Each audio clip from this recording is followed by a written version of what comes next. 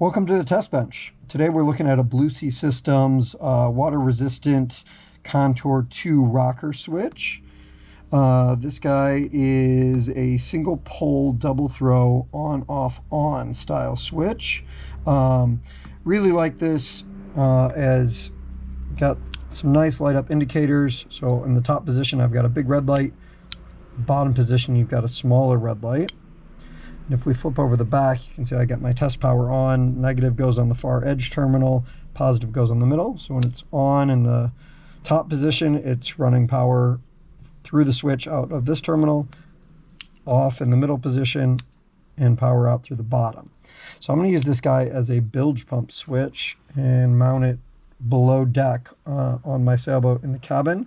So water resistant isn't a huge deal, but the indicator lights are really nice. So under normal operation, power onto the bilge switch, it's going to have a small indicator light letting me know that there's power onto that circuit. It's on a separate fuse circuit right off of the battery, so if that fuse ever blows, I've got a nice indicator light that will let me know, if the switch is on and the light's not on, the bilge isn't getting power. And then the on position there, so that's going to be the manual side of it. Lots of bilge pumps make this a push and hold. I really hate that. Sometimes if your float switch dies for whatever reason and you need to run the water out of the bilge, you don't want to sit there and hold it for minutes or longer.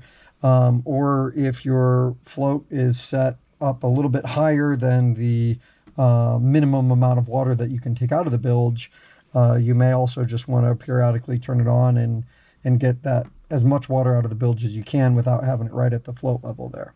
So really nice to be able to turn it on and leave it on, and should mount nicely onto my panel and look great.